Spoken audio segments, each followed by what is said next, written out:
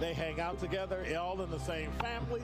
We're the only idiots that fight because we want our voice to only be on one side. Like, does that even make any sense? And when the side loses, you lose everything. They, on the other hand, have a voice no matter what because somebody that looks like them is always in control. Frank, candid, and straight to the point. Well, it's just a skewed system. Of course it is. It's a lot of adjustment. But answer my question, though. Should we let people go? Should we let people go? Like, let's just forget about bail altogether. And if your neighbor commits a homicide and kills people, if you kill people and they next to you and you just let them come back and live right next to you, they can live upstairs from you. Let them come in your house. Frank, candid, and straight to the point. This is the best radio show in the state of Wisconsin. Truth in the Afternoon with Dr. Ken Harris on 1017 The Truth and The Truth app. Now, he's the mayor of the city of Milwaukee. He's a young man. Give him a chance. I only complain about things that I care about. What I want you to do is pretend like I'm in St. Louis. And all I'm asking the mayor and the Common Council president and the Common Council, show me. Now, live from the American Family Insurance Studio at the Avenue in the heart of downtown Milwaukee, here is Dr. Ken Harris.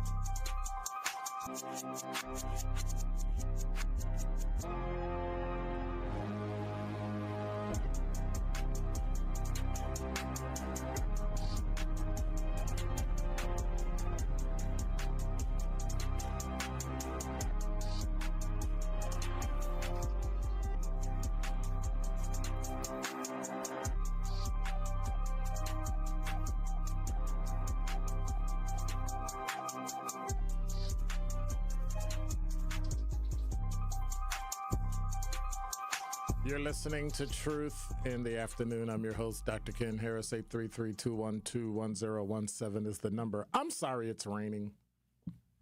But it's raining. And so I got a couple things. I've got a great guest that's coming up at 4:30. Dr. Elaina Levine. I'll get her proper pronunciation. I'm terrible with names. To talk about race, class, and media. That's coming up at 4:30. So I think that's something that you probably want to be here to listen to. I got to get all my preliminary stuff out of the way so I don't get myself in trouble. The other one is we're trying to find out who you are. So if you get a chance, just text survey, SURVEY, to 833-212-1017. Get the link and let us know who you are. Answer some questions. We don't track emails, and I don't track emails and all that other stuff. But just kind of give us a snapshot of who you are and what you want from 101.7 The Truth. Make sense? Okay. So, statement to make. There's a difference between people thinking you're stupid and you showing them you're stupid. Now, I read a lot. And I've come across things, be careful, summertime's coming, be careful of this type of fake, that type of fake. And they always say, older people always fall for that stuff, but it's always the younger people that seem to lose all the money. I'm just saying. And so that's anecdotal. That's my limited experience. And so I came across this information that said, hey, they're DMV scams. I read like CBS58.com, WISN.com, Fox6Now.com, The Root and Blavity and Black Enterprise. I try to go over news.google. I try to get as broad Politico, Axios, CNN, Fox News, everywhere. I try to get as broad as possible throughout my day to figure out what the news is and what's important to people. And one of the things I came across is they said your DMV, you're going to start getting texts and emails that say, hey, your DMV is messed up and you got to go here and give us your information so we can, take care of you. And I'm going, don't most people know when their car expires or their driver license expires or stuff like that? Well, I guess some do, some don't, or they don't remember. I don't remember the last time. And then I got this text from xhotmail.org. So right away I went, what? Okay, that's fake. So clearly it's somebody from either China or somewhere in Europe trying to scam. And then it's just some random letters like ZSAP, blah, blah, blah, blah, blah, blah, blah. So here's what it says. Wisconsin Department of Vehicles, okay? So clearly somebody who uses English as a second or third or fourth or fifth or sixth language doesn't understand Department of Motor Vehicles. So they put Wisconsin Department of Vehicles, DMV, final notice, enforcement penalties began on June 6th. Our records show that as of today, now mind you, my car got registered months ago. Months. Can't say that word today. Months ago. That's what I get for eating chips. You still have an outstanding traffic ticket. From when? In accordance with North Wisconsin Car State Administrative Code 15C-16.003. First of all, there's no such thing as a Wisconsin Car State Administrative Code. That's one. Two, if it was administrative code, it wouldn't start with 15C. If you do not complete payment by June 5th, 2025, we will take the following action. So let's say I was dumb, right? Because I think you should question everything, whether it makes sense or not, regardless of who tells you. I don't care who it is. Your boss, your cousin, your mother, your father. Ask questions. Clarifying questions help. They said, these are the following actions. Number one, report to the DMV violation database. What is that? I have no idea what that is. Number two, suspend your vehicle registration starting June 6th. Suspend driving privileges for 30 days. Here's the weird one. Number four, transfer to a toll booth and charge a 35% service fee. What are you even talking about? Are you stupid? Here's how stupid they are. We don't have toll booths in Wisconsin. Moron. Number five, you may be prosecuted and your credit score will be affected. Pay now. And then they gave me this dodgy Wisconsin.dot.gov. Blah, blah, blah, all this, and it's all fake. Please pay immediately before enforcement to avoid license suspension and further legal disputes. You don't even know how to use the English language.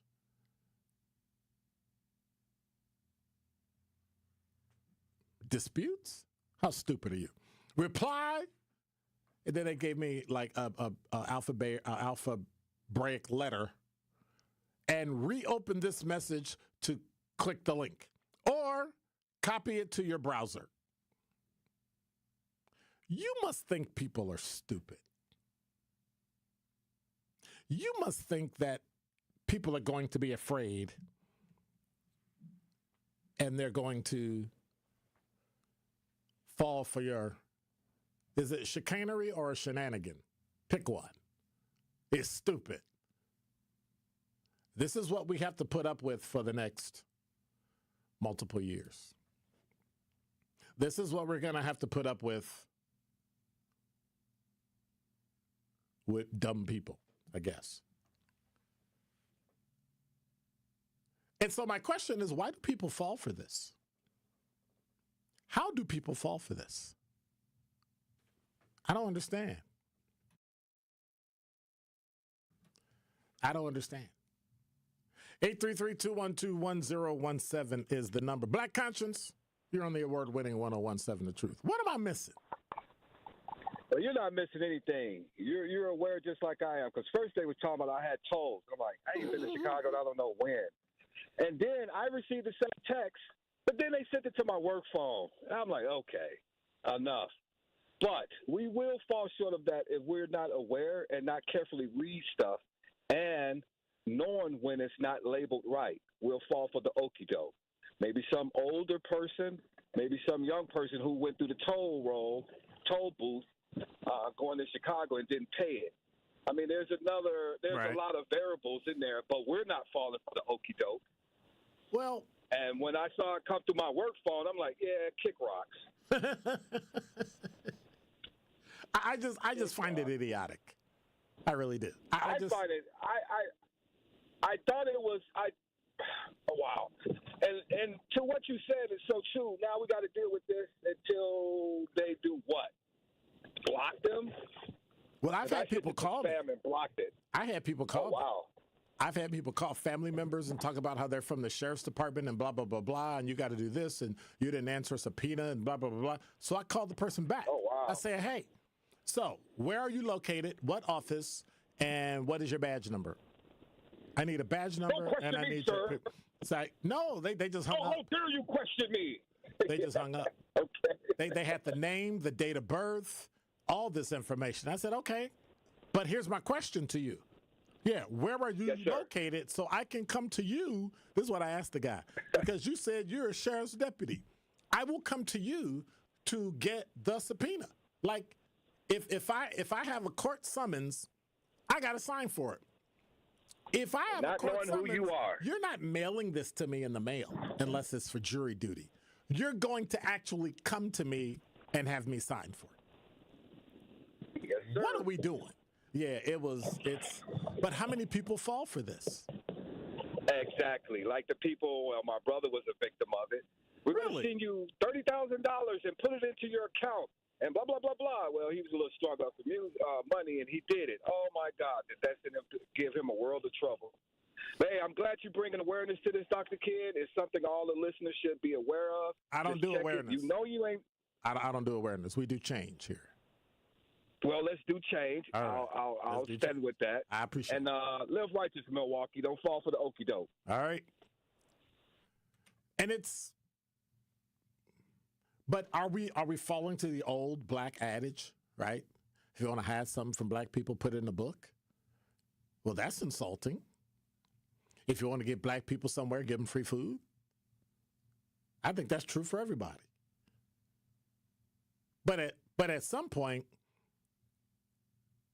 people are being taken advantage of all over the country, all over the world, and small things are literally causing issues financially. I mean, the Netflix series that talked about the guy that came in and took over the old person.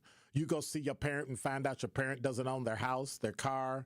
They got put in a nursing home because some guy came in and forged court records and signatures, and your parent had their life signed over completely to this other person. I have a friend of mine who lost their house to somebody that was a friend who was a realtor who they thought they were signing paperwork for him to actually sell their house. And they sold their house to him, and then he sold the house from under them. Craziness. Craziness. You have to verify every single thing you do. You have to put in protections. I have virtual privacy networks on my phone. Now watch this. You ready? That when I walk into a place and the Wi-Fi is suspect, my phone switches over to VPN. And I was trying to find out, why does my battery keep going so low? And my battery kept going low because my VPN was running almost 24 hours a day because there's so much bad stuff out here. You have to be aware. We have to teach people about how to take care of themselves in an electronic age. Everything we do feeds it. Like I went to sleep last night and I plugged in my watch, 3 computers, I got a desktop, I got a phone, I got a machine. Like I looked at all the stuff that I had to plug in just to charge it to go to sleep. I must have 8 or 9 digital mouths that I have to feed every day. And it's starting to become a problem. It is definitely a problem. Tony from Tulsa. You're on the award-winning 1017 The Truth. I'm Ken. Long time no hear from. You the one ain't called me. What you mean? Man, I text you. You be like ignoring my text. You I'm text like, me at Dr. Ken times was when like I'm that. working. How you gonna text me I at was like, work and it's then like expect? Come on, man.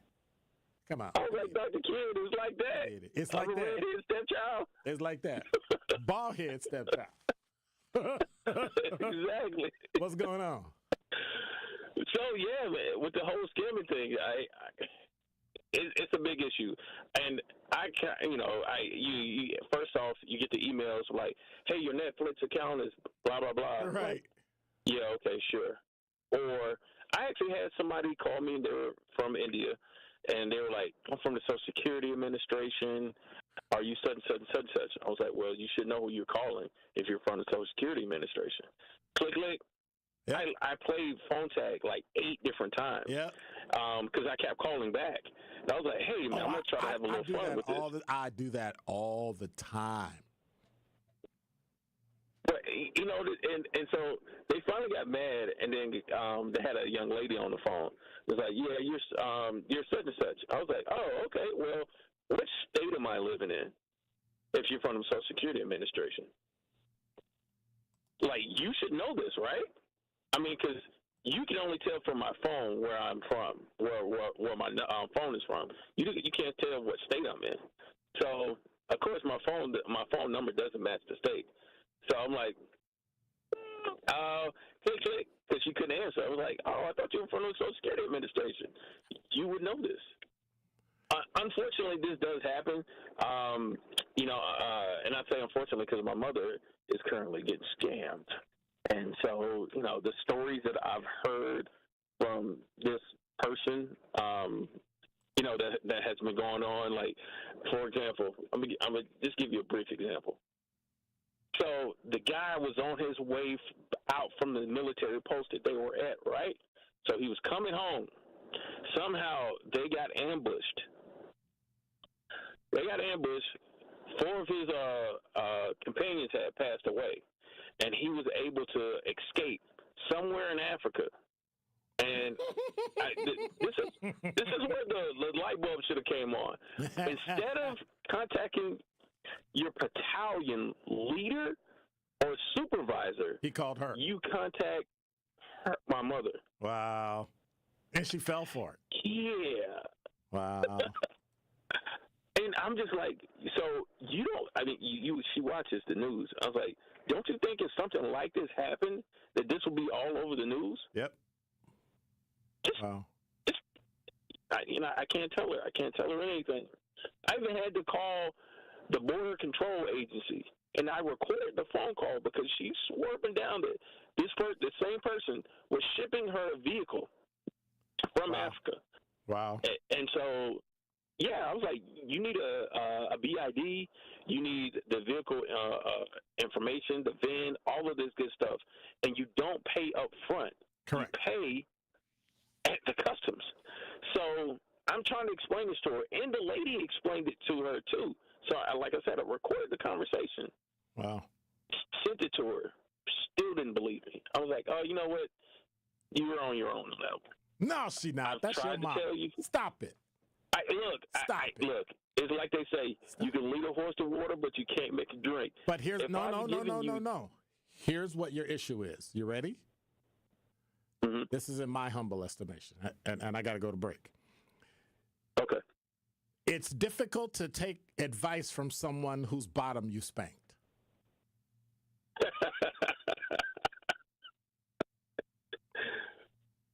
I listen to my children.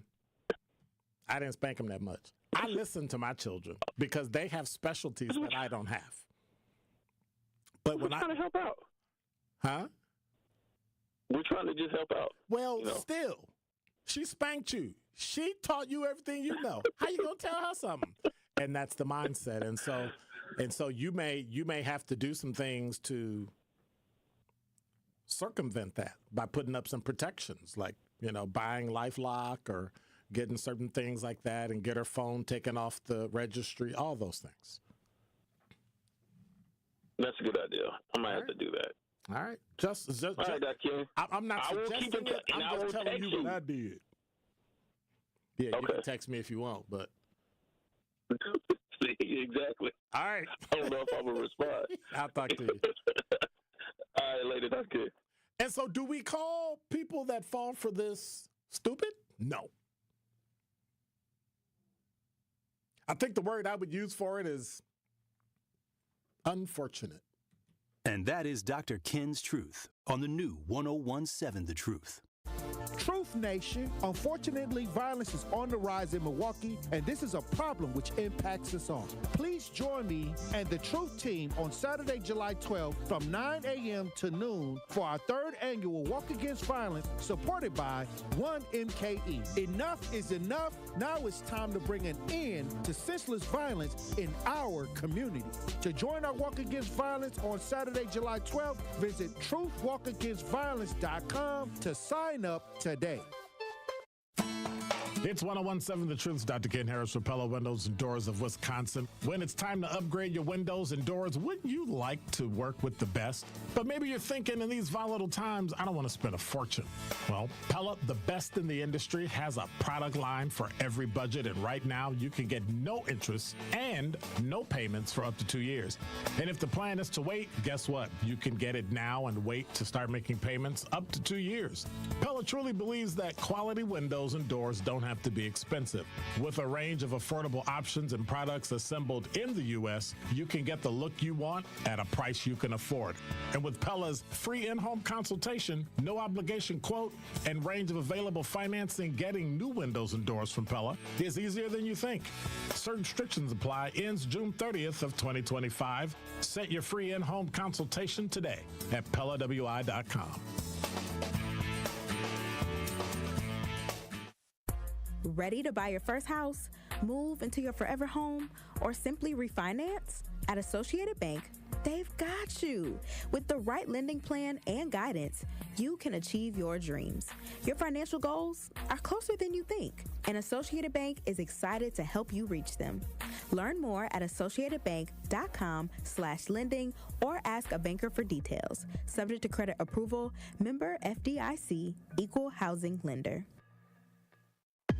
Brewers and Padres action is coming at you June 6th through the 8th. Catch an electric weekend of baseball as two of the game's youngest superstars square off. The first Friday game of June means Wisconsinites can grab half-off tickets to the Brewers series opener on the 6th, then score one of the top giveaways of the season, a Jackson Churio replica jersey presented by Chevrolet for the first 25,000 ticketed fans through the gates June 7th. Get seats at Brewers.com. Sharon needed legal help. She needed Gruber Law Offices. When I think about Gruber Law Office, I think about how they took care of me, how they make sure that you get what you're supposed to get. Gruber Law Office. One call, that's all. I will always trust one call, that's all. Injured? Call Gruber Law Offices today. One call, that's all. They are the best. I'm very happy.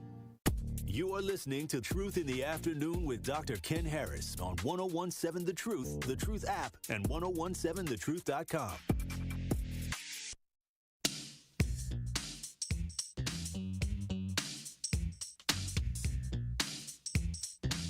She's so bad.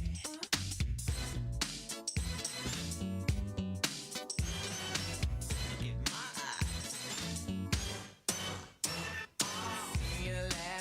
You're listening to Truth in the Afternoon. I'm your host, Dr. Ken Harris. Want to remind you, after traffic and sports and weather and all that stuff, we have Dr. Elaina Levine from UWM to talk about race, class, media, also all the stuff that's going on. But really, we're going to talk about soap operas. Because, you know, there's a new black soap opera that they just renewed.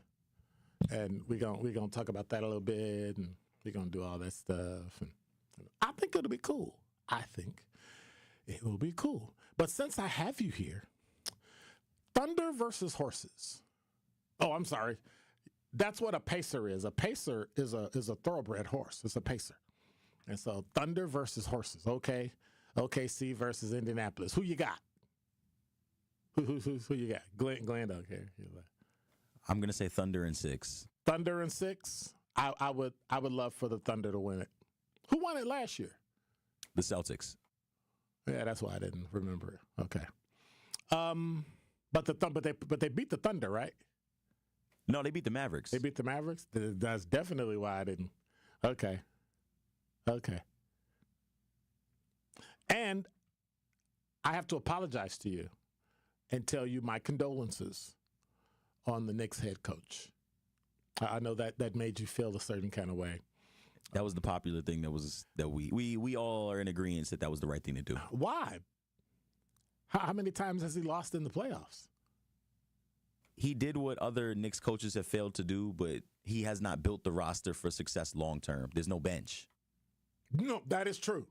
When they got blown out, what was that, game 3? Game 2 or game 3? When the Thunder just smoked them. They played the same. People were like, why are they playing the same 5 players? Like, they were literally exhausted. They did the same thing the Bucks did. And that's why they lost. No bench.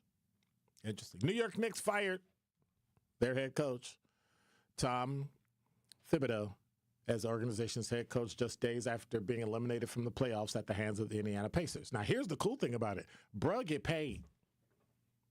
Like, literally, he still gets paid, even though they bounced him, which is probably why the Knicks don't have a bench. That's probably why the Knicks don't have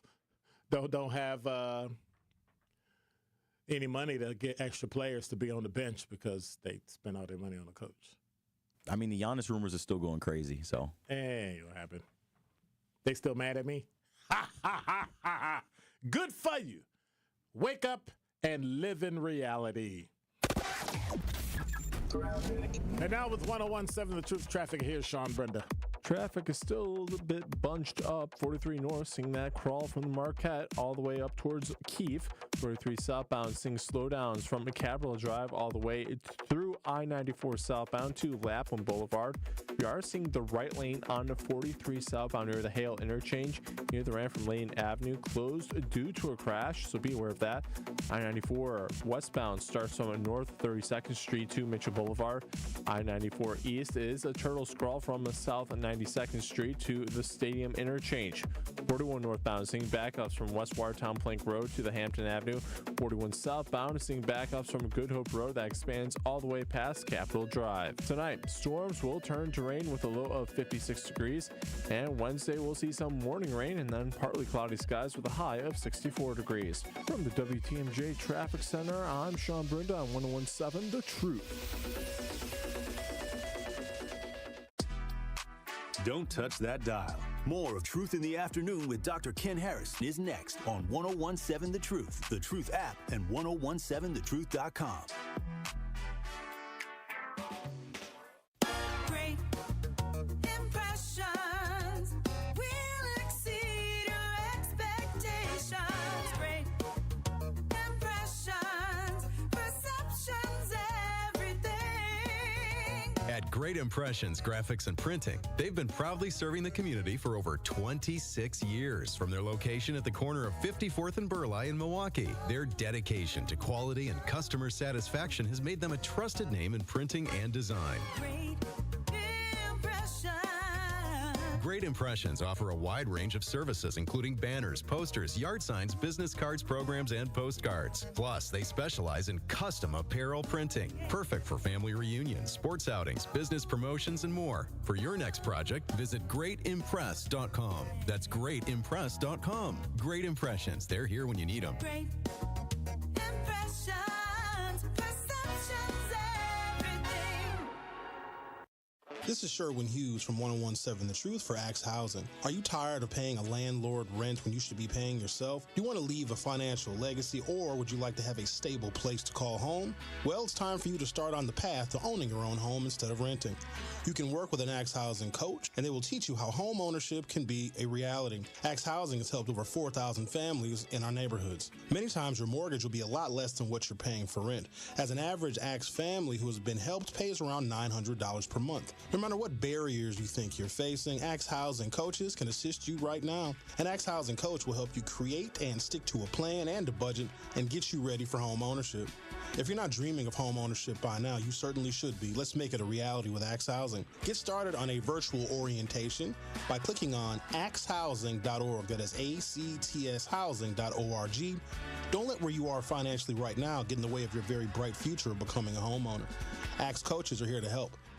This is your Planned Parenthood Advocates of Wisconsin Minute. So Black women's leadership needs to be prioritized. That means a whole lot of things, but it includes a message for white women, which would be, it'll be wise for you to take our lead. We've already demonstrated everything there is to the world about who we are. We shouldn't have to keep doing that over and over again. The reality is that there are times when we got to muster up the energy to do some things we don't want to do. But I don't want that to be commonplace for me, and I certainly don't want it to be commonplace for other Black women. There's often this message that we need to stay strong because there are people depending on it. No, we need ourselves. Yeah, you can't, what do they say? You can't pour from an empty cup? Yes. And I even am hearing people say a lot more, you shouldn't pour from your cup at all until it overflows. And it's the overflow that you give. You keep the full cup for yourself. This has been your Planned Parenthood Advocates of Wisconsin Minute.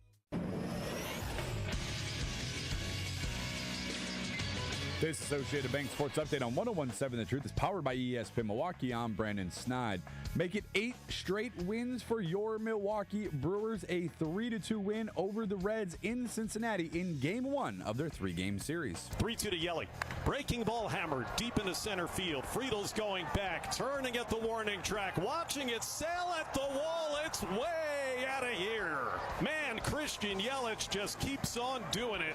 That was a bomb of epic proportions off the batter's eye in center field in Cincinnati. The Brewers getting the 3-2 win over the Reds. They improved to 33-28 on their season. Game 2 set for this evening. First pitch is set for 6:10. And lastly, over to the NFL, where the Green Bay Packers kicked off Phase 2 of their organized team activities up there in Green Bay. This sports update brought to you by Associated Bank, proudly supporting your hometown teams. Member FDIC. This is Truth in the Afternoon with Dr. Ken Harris on 101.7 The Truth app, and 1017thetruth.com.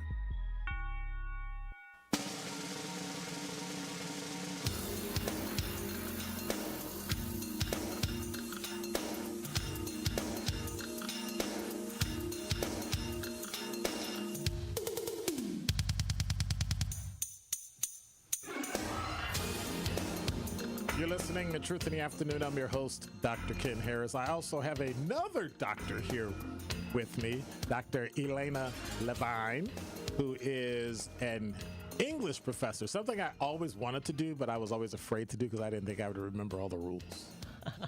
So she is a professor of English. She has a PhD in communication arts from the University of Wisconsin. Madison, we won't hold that against her because she's not a red bird. Thank you. I'm just saying. Also, her master's in communication arts, but she's a proud graduate because she's a Hoosier. I am, yeah. As an undergraduate, I was a Hoosier. Yeah. She's a Hoosier from the University of Indiana. Yeah. All right. So one of the reasons I wanted to talk to you today is because every time I think about going back 2 or 3 years, I have to go back 5, and then I have to go back 7. Then I got to go back a decade. Then I go back like a whole decade. Then it's a century. Because race and class has really been that thing that people talk about. But then all of our media tends to only reflect one side of that. Mm-hmm. And I remember a time when the media reflected, like Dick Van Dyke and Laura sleeping in separate beds, but they have a kid. Right. Well, how'd that happen? Like, really? Or you never saw Desi Arnaz and Lucy's bedroom ever. Right. Like, ever. And so we went from, I'm not going to call it an extreme. We went from that level to, is this regular TV or am I really supposed to see that? Is that really to almost raunchiness? For sure. And so, but when it comes to race and class, it always remains silent. It's always majority white. Mm-hmm. It's always majority within that age, which is what's always strange to me, that you going after a group of people who don't have extra money, but it's just kind of, and so media has always been that space where, and I have my degree in communications from Illinois State, and one of the things that I learned early on is as far back as 1960, they knew the bias that the media brought. The built-in bias where we're only going to watch those things we agree with. And they warned about it in 1960 in a study, which was probably done a couple years before. And now we're in 2025, and nothing's changed. Yeah. So how do you see, first of all, tell us about yourself. How'd you get to this space at UWM? Oh, gosh. Well, as you said, I went to graduate school in Madison, really because I wanted to study television. And I have loved television my whole life. And I thought about working in television and then kind of discovered that people did this kind of critical analysis of television. And I thought that is really exciting. And I really love doing research and I really like writing. And so I was like, I think this career of being a professor might be really great for me. And so I went to graduate school, learned all about all of this stuff, and managed, this was more than 20 years ago, so the academic world has changed some since then, but managed to get a job out of grad school. Just happened to get that job down the road here in Milwaukee, which was a great situation for me for lots of reasons. Yeah. And so I was thrilled, and I have been at UWM my whole career, and I've worked in a couple of different units on campus. I was in the journalism and media department for a while, for a chunk of time, and moved over to English. There's people who study media in lots of different realms of campus, and so now working with folks who do, some people who do film, media, digital media, all of that stuff. And so it's been great, and I love Milwaukee, and have really enjoyed teaching at UWM all that time. So how has digital impacted? Because I know you said 20 years ago, and 20 years ago we were like, what is that again?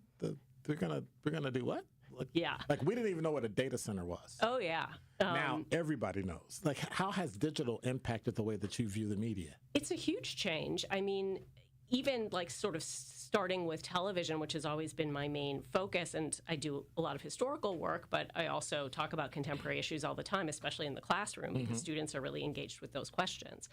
And so it really becomes a way of having to think about the whole media landscape differently, because in a digital environment, everybody has kind of an infinite number of options of what they might be paying attention to or tuning into.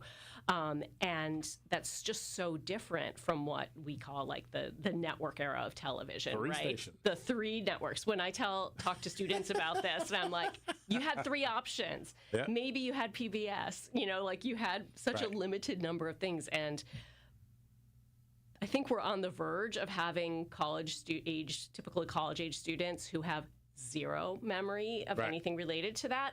The students now often, at least they remember cable as a kid, if not just the 3-network system.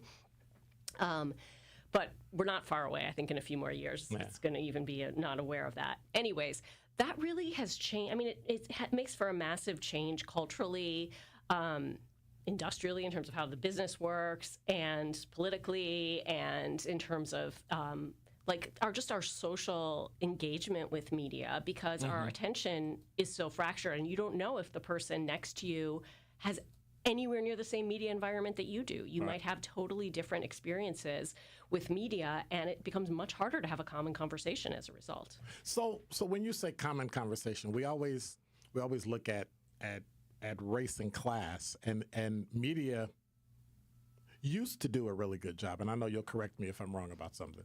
Media used to do a really good job at reflecting society, right? I mean, as far back as Julia, the first black woman, like, wow, that's, and Mission Impossible when they had, Greg Morris.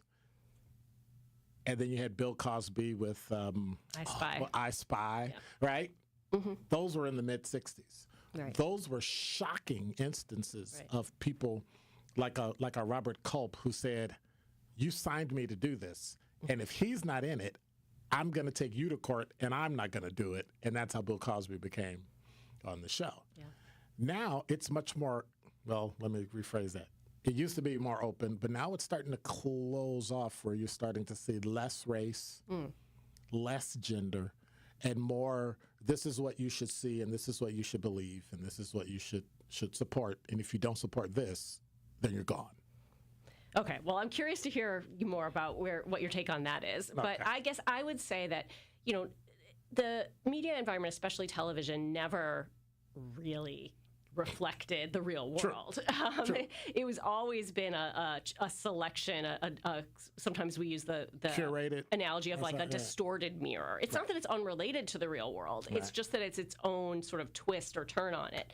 And the shows that you're talking about in the 60s, when you started to have primetime major television shows with black characters in main roles, I mean, that is a direct result of the civil rights movement, right? Of the civil rights movement putting pressure on all different aspects of society, including media, and saying, this is crazy. This is a significant segment of our population, of our audience.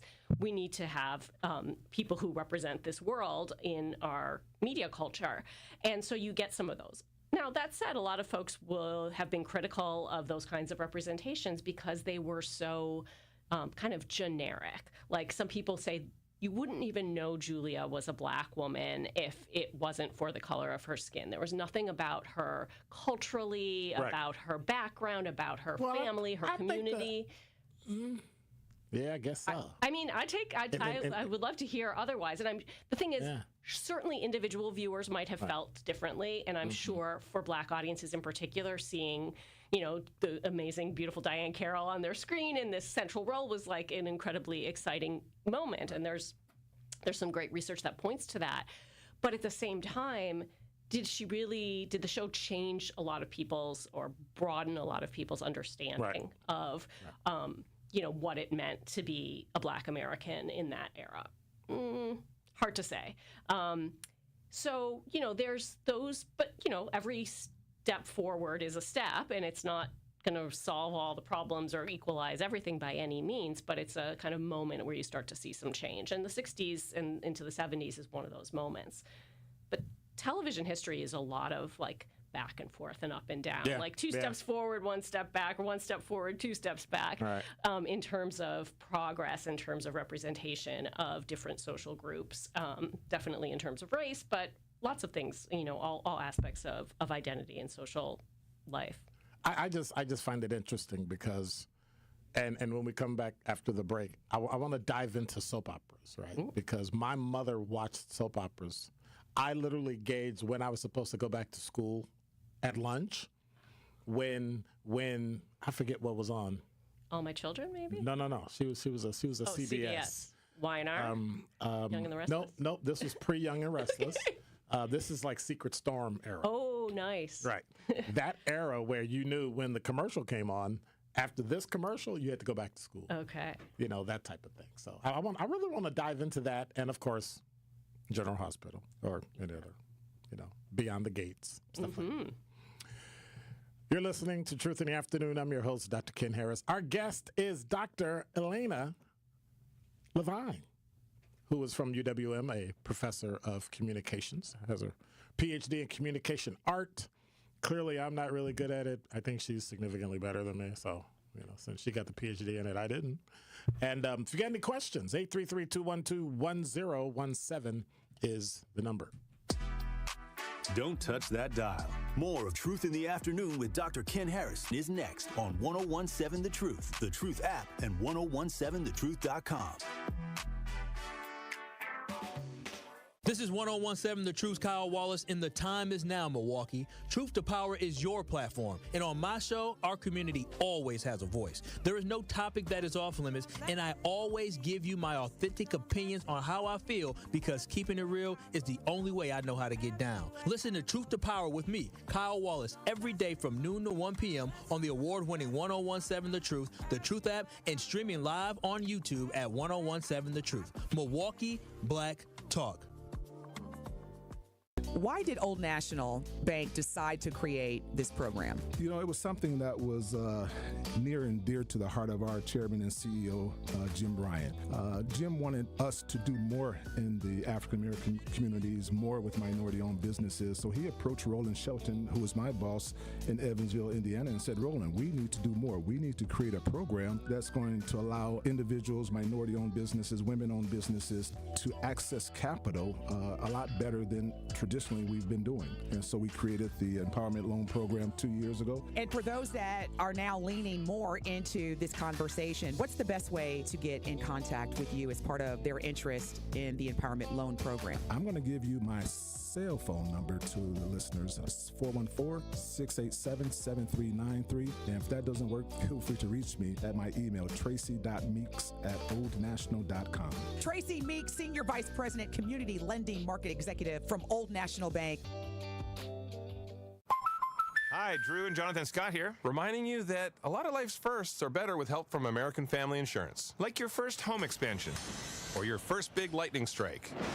There's a first for everything. Get the right home policy at the right price with the right help from American Family's agents. Life's better when you're under American Family's roof. Insure carefully, dream fearlessly. Get a quote and find an agent at amfam.com. Products not available in every state. American Family Mutual Insurance Company SI and its operating company, 6000 American Parkway, Madison, Wisconsin.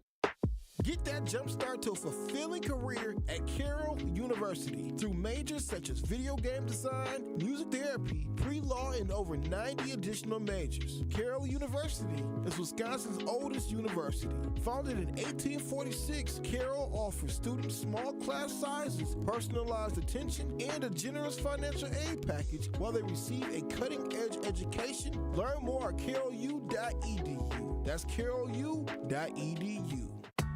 When you're high, you feel different. Pretty obvious, right? You think different, talk different, but if you feel different, you drive different. So if you're high, just don't drive.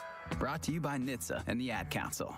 Happy kids heal faster, and that's why Starlight is dedicated to improving the mental well-being of sick kids across the U.S. Learn how at starlight.org. Wisconsin's own Gruber Law Offices. One call, that's all. This is Truth in the Afternoon with Dr. Ken Harris on 1017 The Truth app, and 1017thetruth.com.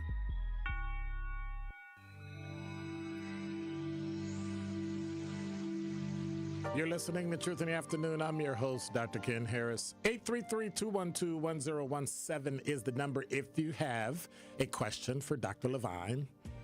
You can hit her up with whatever you want.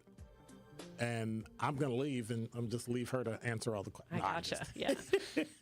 So is there too much access to media? Like, I guess a two-part question. Is there too much access to media? And are there too many people running off at the mouth on social media? Yeah, I mean, digital media, social media, it's a blessing and a curse, right? It's everything at once. In some ways, when we had a media system that was very limited in terms of who could be heard, there were problems with that, right? Like you didn't get a lot of perspectives shared. It was a kind of very limited, very kind of privileged perspective, and you didn't hear from everybody. We've swung so far in the other direction, right? Where we are getting anyone who wants to can speak out, can share their perspective. Again, not that is inherently bad or wrong, but when it gets weaponized or manipulated in certain directions or used to certain ends, that I think that maybe it's the faith that we have in every single thing we hear or read. That's more of the problem than the fact that people have a way to share what they think. I don't think that in of itself is a problem. It's kind of what we make of what we hear and read and see.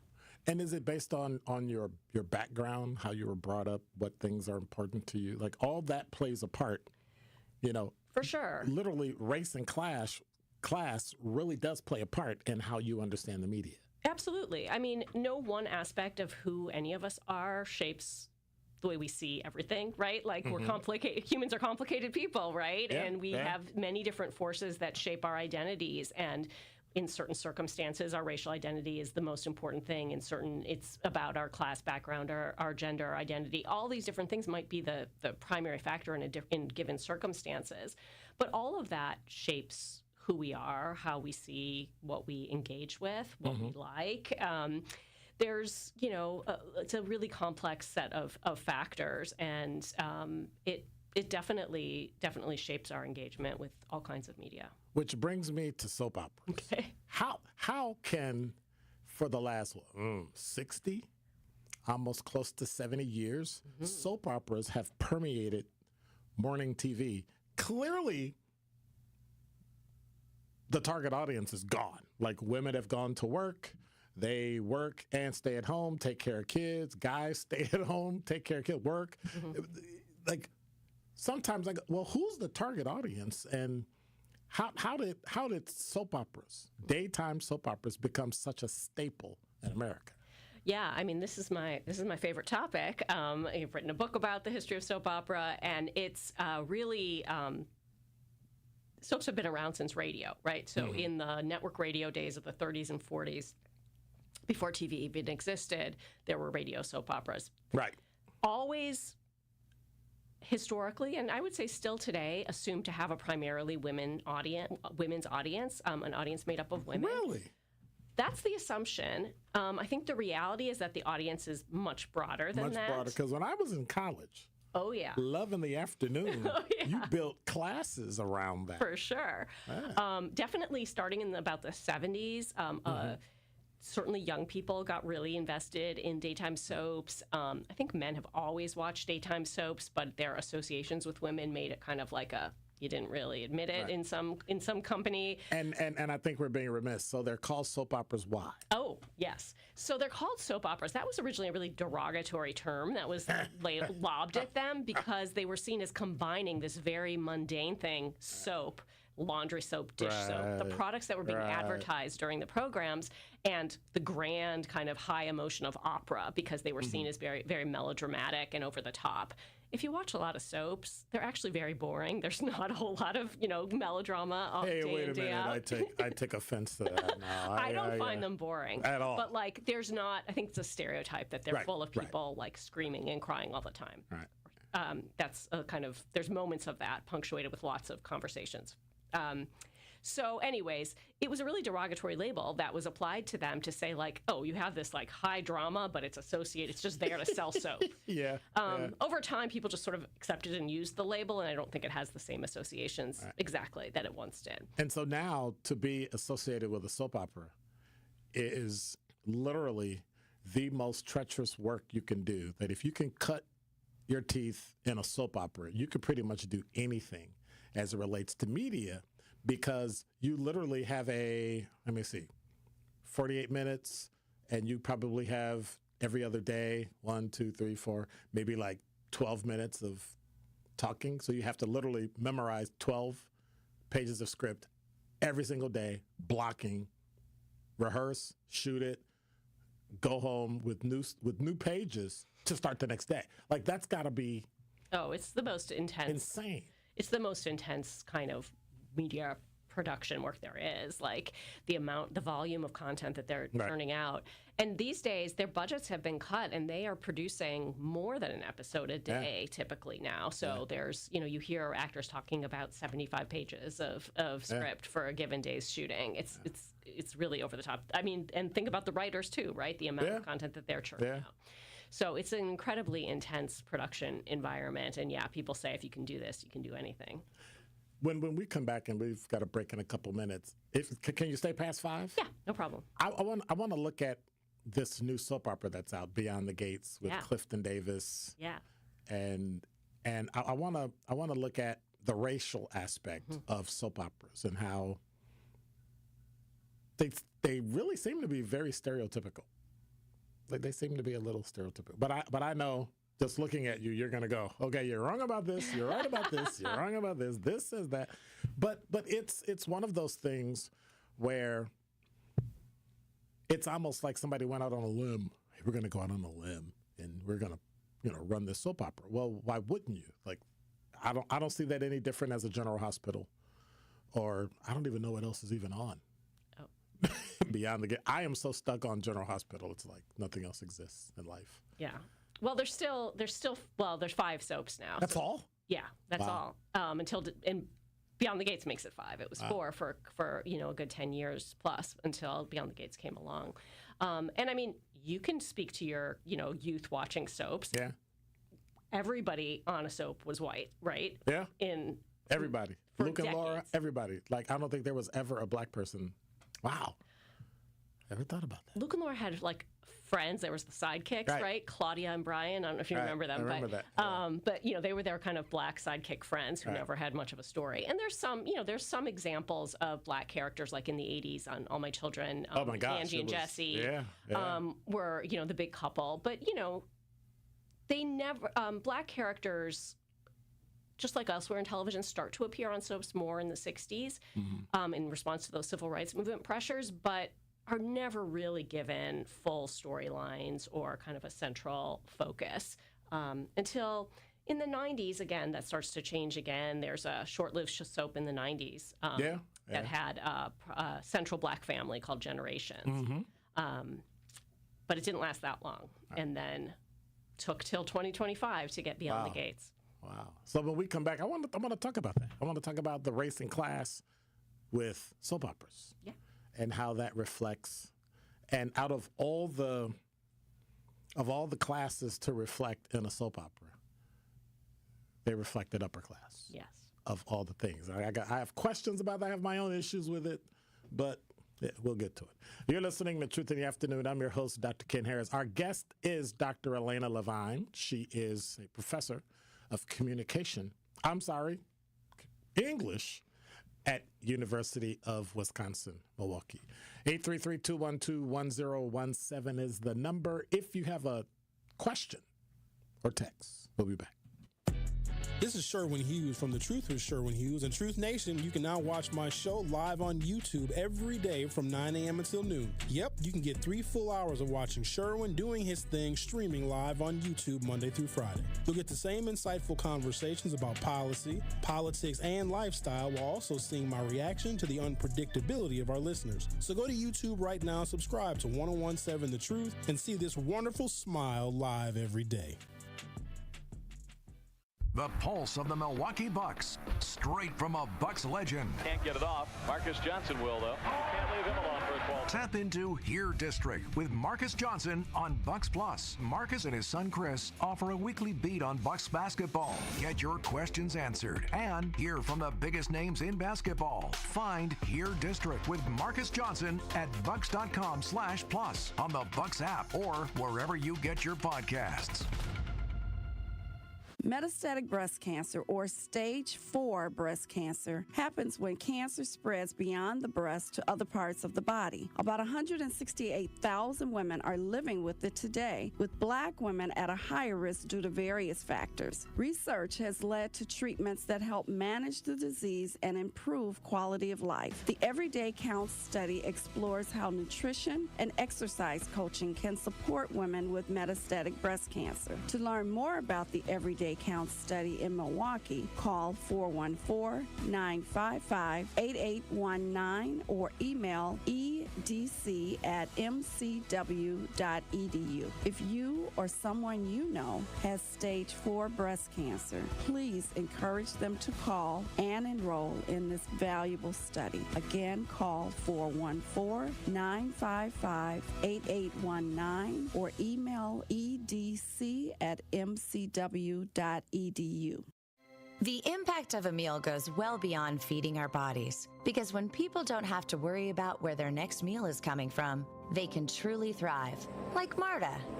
And now we'll hear from our class valedictorian, who with our hard work never ceases to amaze us. Please welcome Marta Moreno.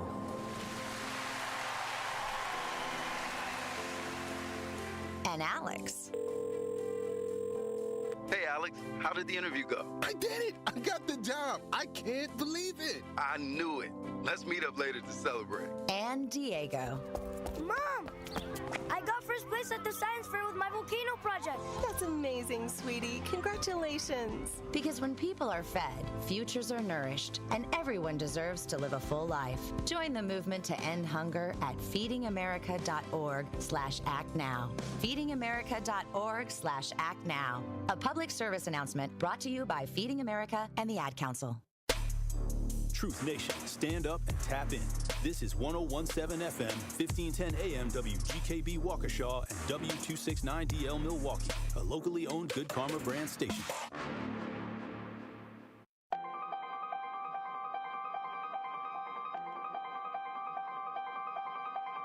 Bringing you his authentic perspectives on important topics. They live in suburbs together. They live in the city together. They hang out together, all in the same family. We're the only idiots that fight because we want our voice to only be on one side. Like, does that even make any sense? And when the side loses, you lose everything. They, on the other hand, have a voice no matter what because somebody that looks like them is always in control. Frank, candid, and straight to the point. Well, it's just a skewed system. Of course it is. It's a lot of judgment. But answer my question, though. Should we let people go? Should we let people go? Like, let's just forget about bail altogether. And if your neighbor commits a homicide and kills people, if you kill people and they next to you and you just let them come back and live right next to you, they can live upstairs from you. Let them come in your house. Frank, candid, and straight to the point. This is the best radio show in the state of Wisconsin. Truth in the Afternoon with Dr. Ken Harris on 101.7 The Truth and The Truth app. Now, he's the mayor of the city of Milwaukee. He's a young man. Give him a chance. I only complain about things that I care about. What I want you to do is pretend like I'm in St. Louis. And all I'm asking the mayor and the Common Council president and the Common Council, show me.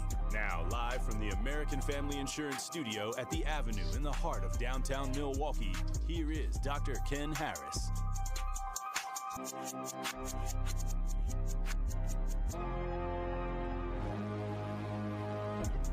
You're listening to Truth in the Afternoon. I'm your host, Dr. Ken Harris. Our guest is going to continue because I tied her to the chair and I said she couldn't leave until we talk more about race, class, and soaps. Dr. Elaina, did I get it? Elaina? Elaina, yep. Elaina Levine. I told you I'm really bad and I apologize. Don't worry. With names. From the University of Wisconsin, Milwaukee. She's a professor of English and has written a very powerful historic book on my favorite topic, which is why I even saw her name and went, soap opera. And then I found out she was from Milwaukee. I was like, oh, perfect. I got to call her. And so thank goodness, summer didn't come and you didn't, I'm not going to look at my email till like July, and you finally looked, I was like, yes.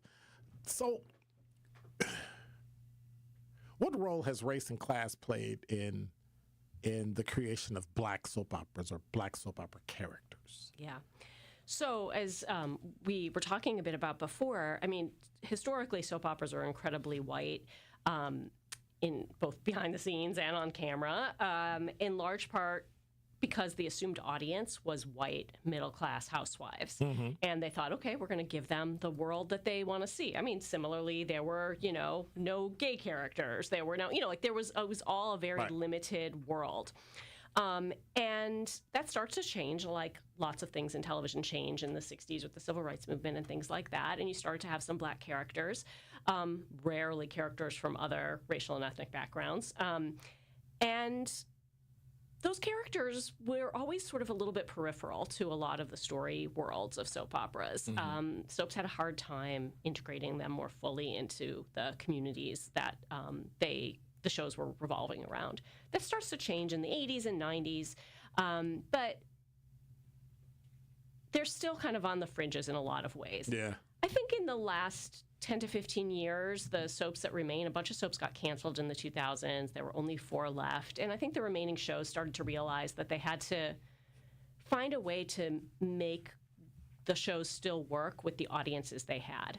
And the truth that had been the truth for quite a while is that black audiences for daytime soap operas are very large. They over-index, meaning there's more, the percentage of black viewers is higher than the percentage of African Americans in the population. Right.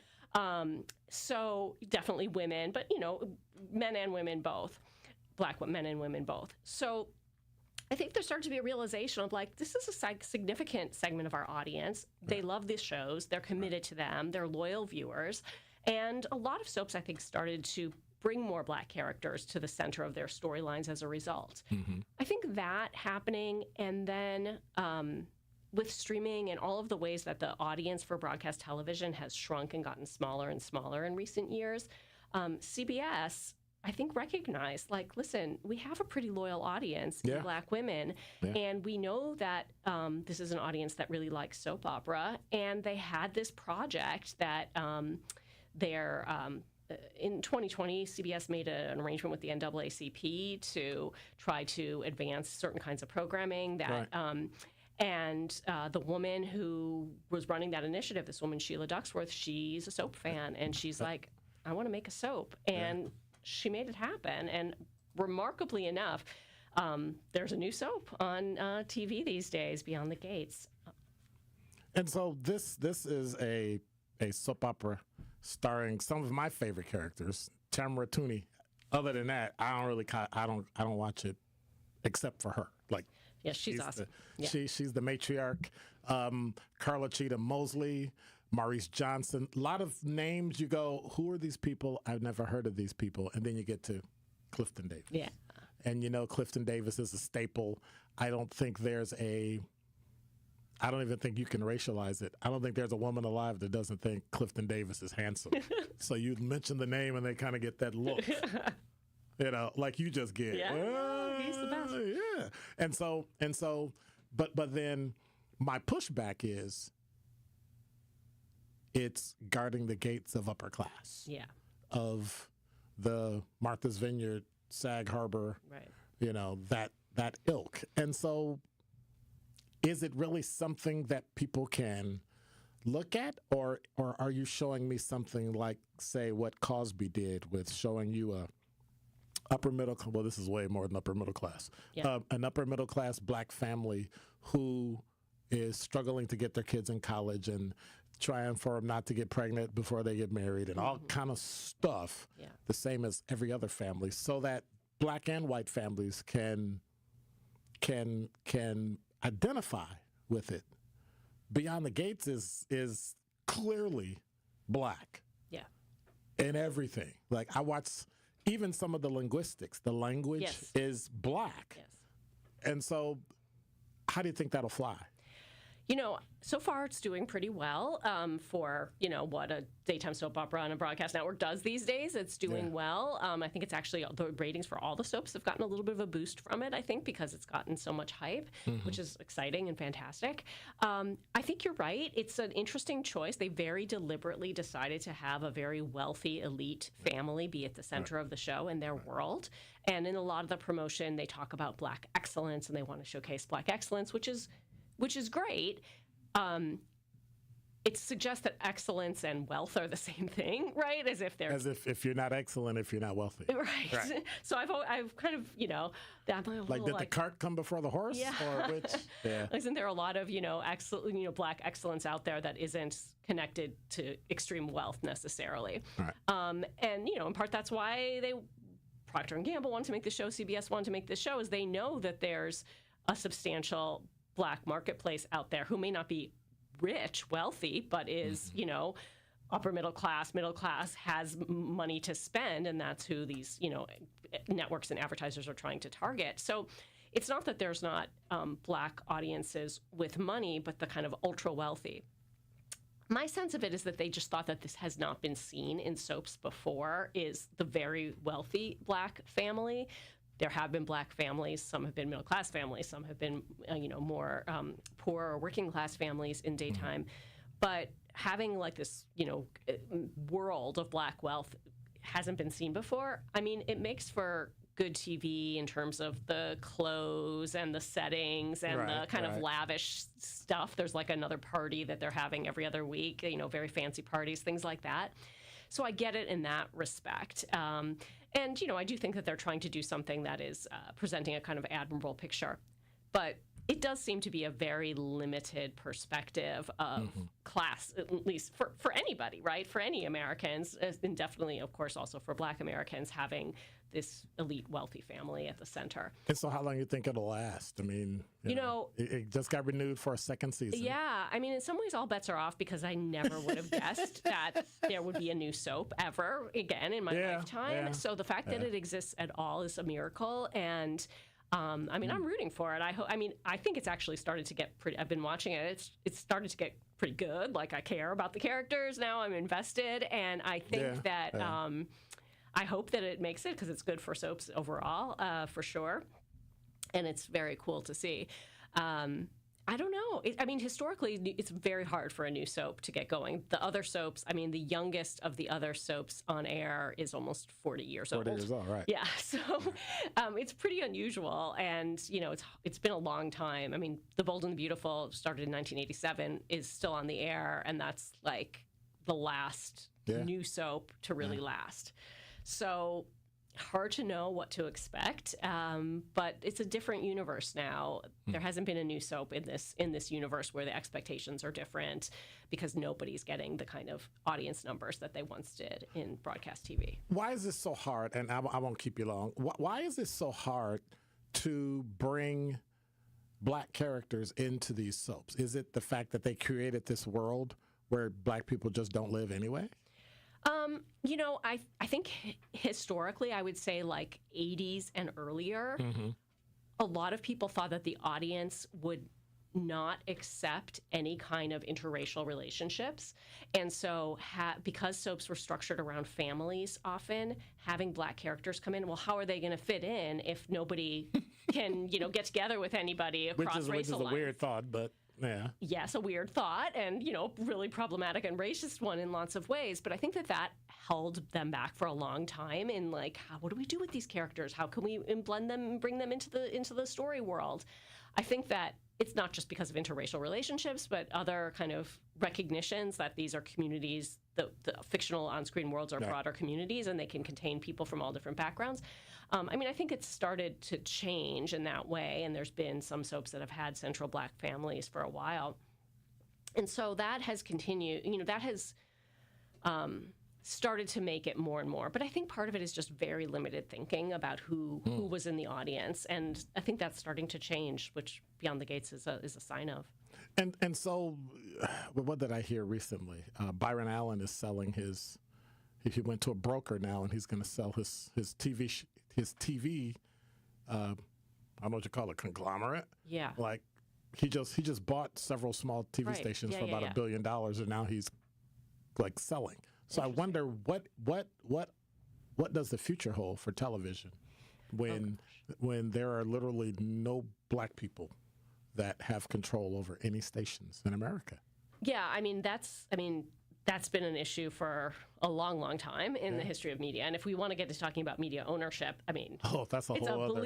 It's a bleak picture, right? There's about four massive corporations that pretty much own everything. And so that is, that's a problem for everybody. That's a problem for the society in terms of diversity of viewpoint and everything, right? And that kind of conglomeration of media being owned by fewer and fewer, bigger and bigger companies is its own issue. That's definitely worth talking about. But yeah, I mean, there was a time in the 70s where there was an attempt to increase what was called minority ownership of media, and there was some progress there. And then with cable, there was some progress initially with BET, but then BET got bought out. There's all these kind of fits and starts around that. And I mean, I think the question of ownership is a really important one. And it might be where the limit of what kind of progress that we can make is as long as those big companies own it all. I find that interesting. Valerie on the Talking Texan said, there are 6 soaps: Young and the Restless, Bold and the Beautiful. Watch this. Don't know. One Life to Live, General Hospital, Days of Our Lives, and now Beyond the Gates. Where have you been, Valerie? One Life to Live has been gone for at least 20 years. Maybe 15. Maybe 15, 20. Yeah. Like, it's early gone. 2010s. It's gone. Sadly gone, yes. Yep. Because that was my All my children want life to live in General Hospital. Yeah. You know, and I don't know where these cities were in New York, but everybody was in New York, but they tape it in Hollywood. Like, I never understood, you know, the whole, where was all my children? In, let me see. Pine One Life Valley. to Live, Pine Valley, Landview, and Port Charles. Mm-hmm. And it's weird. It's just, why would you even need to know that, right? Because you're so enthralled. But it did reflect some of those issues and did make some very poignant issues as it related to class and race and those types of things. Mm-hmm. It just kept its medium segregated to a point. Yeah. I always found that interesting. How do women fare in soaps? Yeah. I mean, soaps are the one form of storytelling where women characters have always been at the center of the story. Like, there have always been, I mean, in the radio era, like the woman heroine was really the center. As the cast got bigger and more kind of ensembles in TV, that changes a little bit. But women characters have always been kind of the drivers of the action, and I think that that's one of the things that makes soaps different. That's why the guys watch. Well, it's you know, different kinds of things happen when women characters are kind of running the show. Yes, they do. And the fact that there's a woman writer, usually a woman director, and on and on and on. Yeah. But the problem is the person that's hiring is usually not a woman. Yeah. It depends, like who the executive producer are. Right. Whether the network has the oversight of that is another, because that's going to be a different level of control too. And so now you're victim to that person's, you know, nope, I like that kind of woman, not that kind of woman. Well, sure. really? You know, those types of things. Well, thank you for being here. I appreciate it. My pleasure. We'll have to have you back and dig some more. Sounds great. I've always been intrigued by the media as it relates to race and class, because it can do the most good and the most damage for sure, literally in the same program at the same time. Yeah. And I just find that intriguing. Yeah, I mean, power. It's powerful. It's a powerful space, and it shapes a lot of our ideas and ways we experience the world. Very much so. Let me check this, because I don't want people hollering at me later. I sent a question and you didn't ask it. It's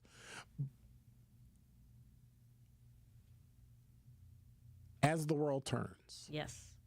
So, As the World Turns and Secret Storm were the two shows my mother watched religiously on CBS. Got it. As the World Turns was set in Oakdale, Illinois? Yes. Really? Yes. I never realized that. Yes. And so these fictitious cities were never large cities. They were always small enough so that the family controlled everything. Yeah. And it was always predominantly white. The city, everything. Yes. But what I'm starting to see, and I know we got to go because he's looking at me like, hey. Even on General Hospital, the black characters are starting to drop off. You know, you've got one main character, the doctor, and then you've got Portia and her husband and Trina, and that's it. Like, there's nobody like the other black guy left. Like, it's like, why does there seem to be a churn with black characters? Yeah. I mean, I think it's hard to know. Like, there's a lot of churn in soaps in general, and so it's kind of hard to know. I think they have to figure out ways to integrate characters into the stories of the community. And so putting somebody like Portia, who's the chief of staff of the hospital, like putting her in the middle of that environment gives her a role that keeps her, you know, makes it make sense to have that character there and be involved in the world of the community. And so when they can't figure out what to do with somebody, then that's becomes the problem. They're in a fire and they've gone to Germany to get treatment, and then they come back different, and it's a whole different person. For sure. Yeah. Well, thank you. I appreciate you, Dr. Levine, My pleasure. for being here. Thank We'll you. have to have you come back in the fall and see what's happening new on TV. And Love it. I got to talk to you about my other favorite show, which is NCIS. Oh, interesting. Tony and Ziva. Okay.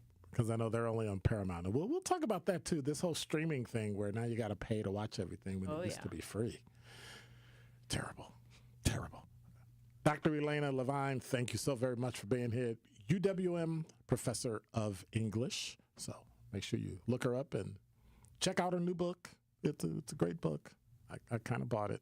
Yes, I'm one of those nerds. I do. Awesome. I know. Love it. All right. Hey, you're listening to Truth in the Afternoon. Top 5 at 5 up next. Don't touch that dial. More of Truth in the Afternoon with Dr. Ken Harris is next on 1017 The Truth, The Truth app, and 1017thetruth.com. Truth Nation is the best fan base in the country. This is my first time calling in, but I listen to you all the time, and I appreciate you and Elizabeth Brown and everything you stand for and everything that you do. So I want to say thank you so much for being you. We want you to tap into the talk and text line every show, every day at 833-212-1017. Hey, man, this station is on fire the last couple days. Milwaukee Black Talk, 1017 The Truth.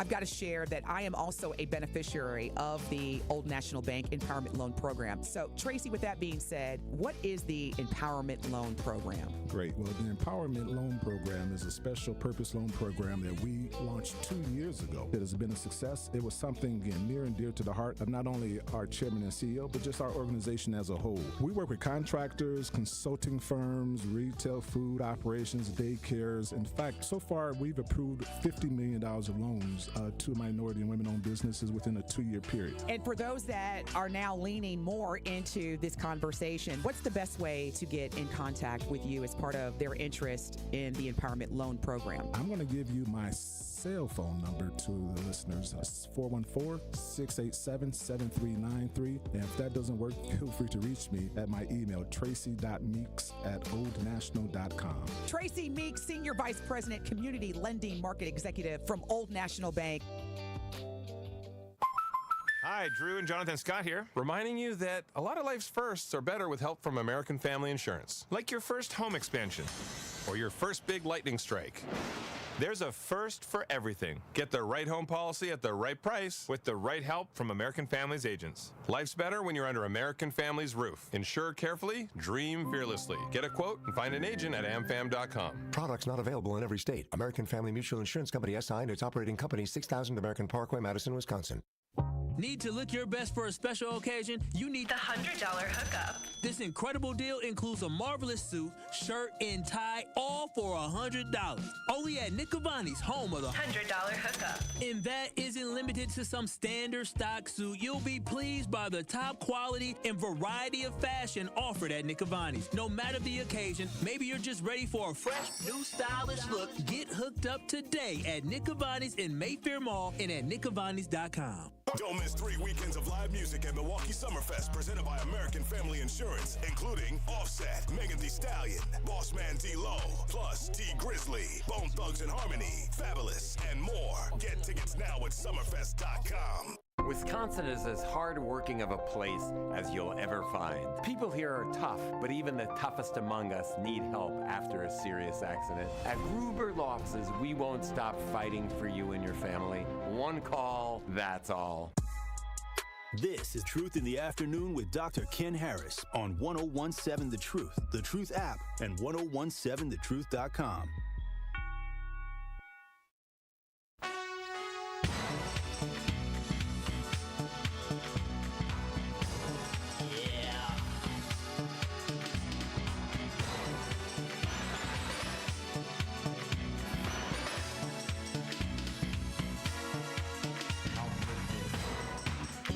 You're listening to Truth in the Afternoon. I'm your host, Dr. Ken Harris. Hey, Truth Nation, join us for the 54th annual Juneteenth celebration in Milwaukee on Thursday. In case you didn't know the day, June 19th. The Truth will be broadcasting live from 11 a.m. to 3 p.m. Stop by our broadcast, say hello, get some Truth swag. Juneteenth in Milwaukee is one of the oldest and biggest Juneteenth celebrations in the country. So don't miss out on your chance to celebrate with us with our live Juneteenth broadcast presented by Hope Christian Schools and Carroll University. 1017 The Truth celebration on Juneteenth is also brought to you by American Family Insurance, Gruber Law Offices, Molson Coors, Educators Credit Union, and Associated Bank. So, want to see you next week. Hang out, chill out, get in the parade, roll through, do all that kind of stuff. But, yeah, can you tell I like soap operas? Like It's just a past tense. It passes my day away. I fall asleep watching it every night, right? Because I never quite see the whole episode because I go, all right, I got to watch General Hospital when I recorded it. Yeah. And then that's that. So it only takes me like 5 or 6 times. Valerie, One Life to Live is gone. It's been gone. 10, 15 years. It's out of here. Just so you know. I'm just reading through the talking text line before I hit my top 5 at 5 because I'm late. And it's Glenn's fault. Because I can never take blame for me doing something dumb like being late with the top 5 at 5. I would never do that. Somebody said, I'll say I like Wisconsin weather. That heat bring big problems. Madi. Yeah, it do. Yeah, it do. But that's like saying, what was it? Like a full moon. Do you think things happen under a full moon? They don't. Like they looked on average over the course of a good number of years, and they found out that the full moon didn't have any more effect or less effect, or more people go to the ER and all that. None of it. Like none of it. It didn't fly. But it's one of those rumors we have. Oh my God, it's a rumor. Brian said the Pacers are a race car that starts the Indianapolis 500. A pacer. I didn't say pacing. Okay. A pacer is a horse. Right?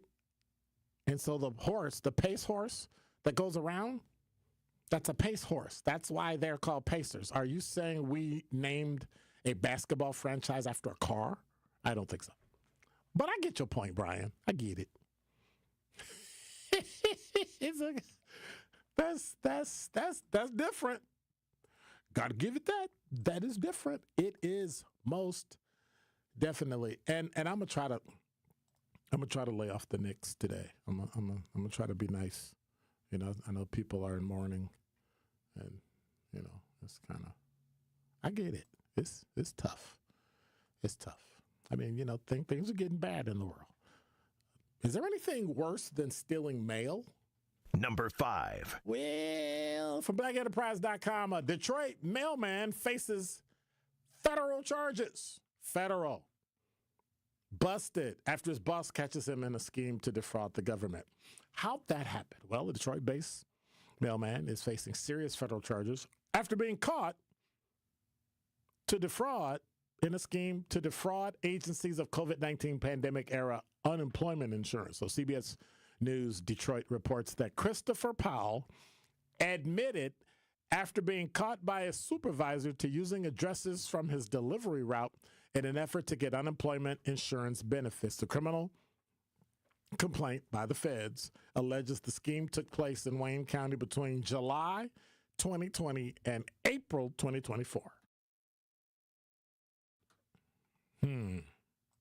What does that even mean? Well, the unidentified supervisor then contacted the U.S. Postal Service Office of Inspector General. Postal inspectors started an investigation. The mailman told authorities that he filed an unemployment claim in Michigan in 2020 while still being on COVID leave from the mail agency and claimed he hadn't received benefits from other states. But, now get this, y'all. The investigation revealed other unemployment insurance claims were filed by Powell with his Social Security number and date of birth in, you ready? Arizona, California, Maryland, Michigan, Montana, Nevada, Oklahoma, and Pennsylvania. He later admitted that a friend applied for the unemployment insurance benefits in California on his behalf using his personal information. After authorities showed the disgraced mailman pieces of mail addressed to him with addresses on his delivery route, he admitted to using vacant addresses along his route in order to have mail delivered to him instead of his own residence. One piece of mail confiscated during the investigation was a bank statement. Now get this, y'all. From December 2026 through January 25th, 2024. You ready? Ready? From December 26th, day after Christmas, to January 25th. That's just 1 month. More than $25,000 in ATM withdrawals and Cash App transfers.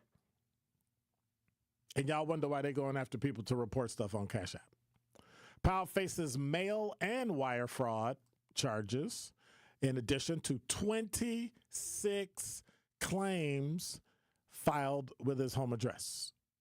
7 of them were successfully granted in Michigan and Arizona. So court documents highlight how criminals are able to pull off such schemes, falsifying, falsely obtaining funds, depositing them into a bank account. After funds are used or taken out, criminals then contact the bank and claim somebody fraudulently gained access to their account and disputed all the charges, and then they get all the money back, and then they go.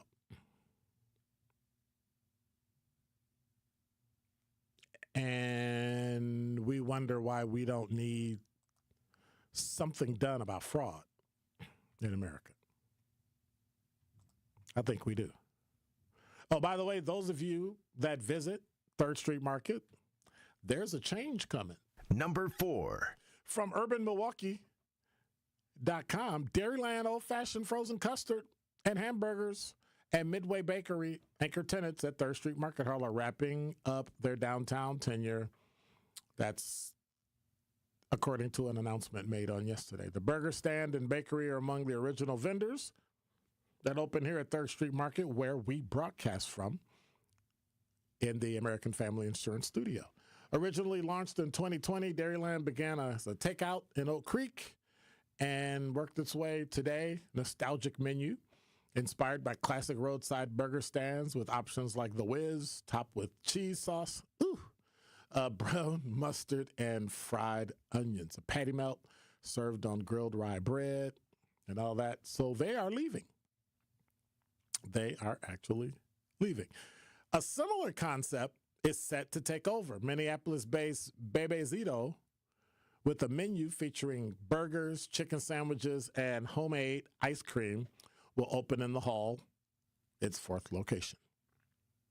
The business currently operates in the popular Malcolm Yards Food Hall in Minneapolis near the University of Minnesota campus. I've eaten there. It's good.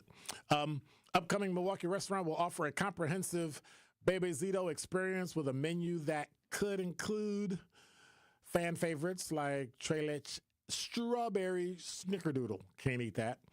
Once featured on the Food Network, Marvelous Mrs. Hazel, a vegan, dairy-free flavor, ranked 3rd best in the country at ConeCon. So, looks like they're leaving and they're coming. So it looks like there's new food that's on its way to 3rd Street Market. But the only way that you can do is to get in your car and come down and park and come hang out and eat yourself into a coma. Speaking of eating yourself into a coma, sometimes we need an update.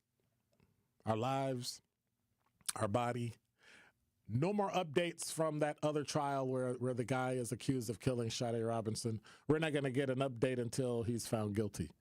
I'm skipping to, well, my other dastardly dude, Diddy. Number 3. Well, there's a Diddy update, but it doesn't come from who you might think it should come. As Sean Diddy Combs' federal trial on sex trafficking, this is from TheRoot.com, transportation to engage in prostitution, racketeering charges goes on. Others are sharing their unfiltered truth about the disgraced mogul. Latest to weigh in is who? Judge Greg Mathis, known for his no-nonsense approach, who mints no words discussing Diddy's true nature and the rise of his larger-than-life gangster persona. He was on his podcast, The Mathis Verdict, with his son, Amir, to discuss the Bad Boy Record mogul's case. And basically what he said is that he's much worse than a toxic person. He's a monster from what they've been showing and what we've been hearing. He's a state crime monster. Mathis added how Diddy, 55, has a temper, and he's known for that. And people are in fear because of his temper, but street guys don't fear him because they know he's never been in the street. He was a kid, went to Catholic school. When he was bullied, he tried to join up some little old gang in New York, and I think Harlem, that wasn't even engaging in crime. He mentioned how Diddy's father, who was killed, was a big gangster in New York. And from my understanding, his mother was nothing to play with, and she was associated with his friends from the past, like I'm associated with my friend gangsters from the past. So there was a sense of fear in New York, one in particular that was close to his dad and that everybody feared the nation. Mathis added that because of his parents' association, that's why he felt such liberty on being the tough guy. And they talked about him portraying himself as a gangster Diddy and music videos, and he wanted to earn the respect of Notorious B.I.G. and how he began to genuinely believe that about himself. Interesting. So the trial goes on, and every day they're coming up with more and more information to show some of the things that he has done. By the way, is Lil Wayne coming to Milwaukee? I heard he was coming, and then I heard he wasn't, and then I heard he coming, and then I heard he wasn't. Well, now I hear number 2. He's coming. Rapper Lil Wayne will bring his the Carter 6 tour. How'd I miss that?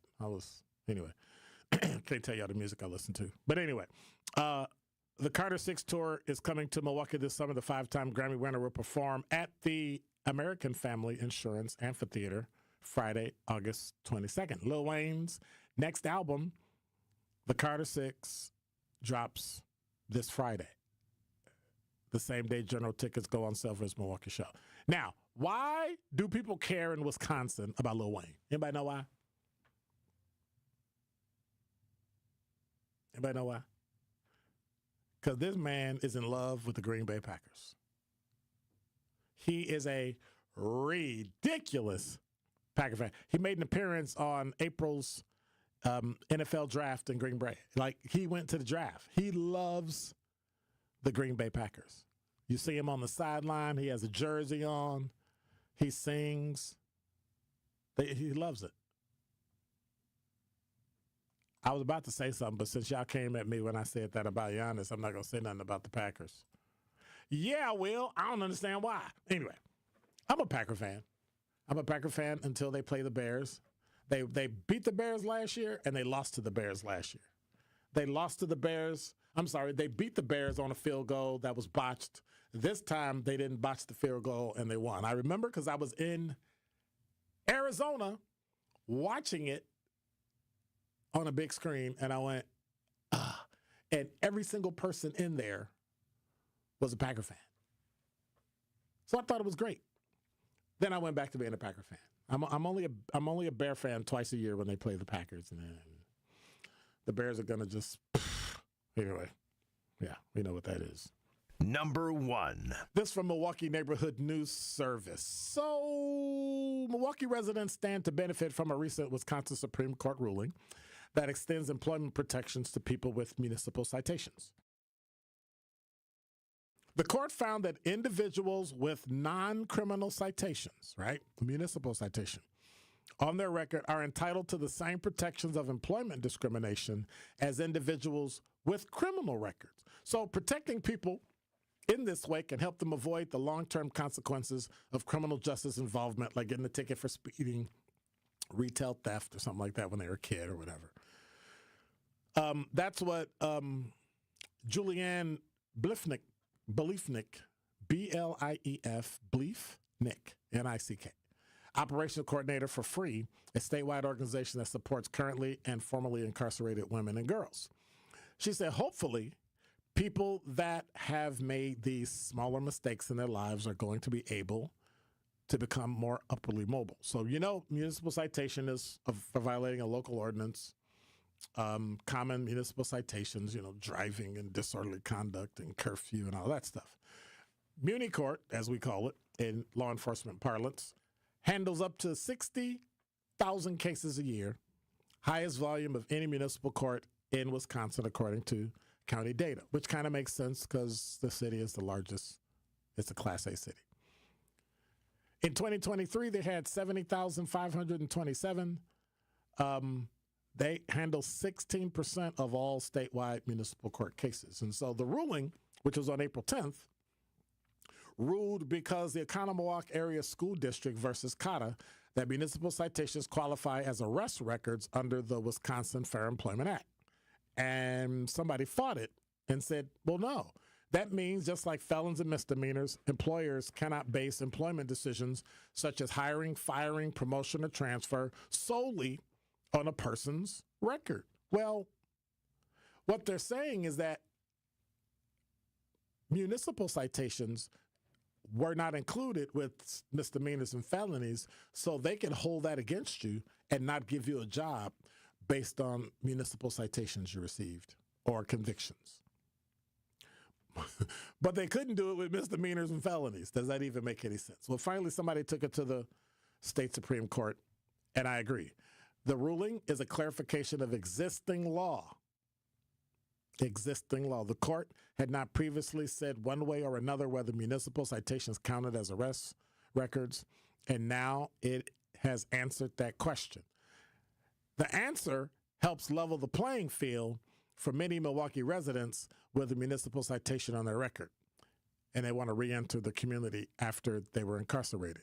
Here's the issue I see with this, right?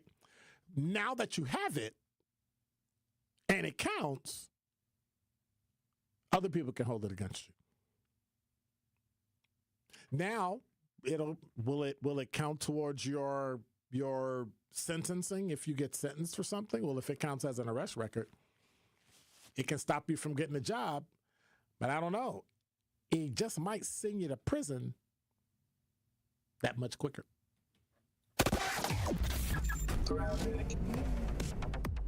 And now with 101.7 The Truth, we're Sean Brenda. Backups from 43 northbound through Marquette Interchange towards Keefe Avenue.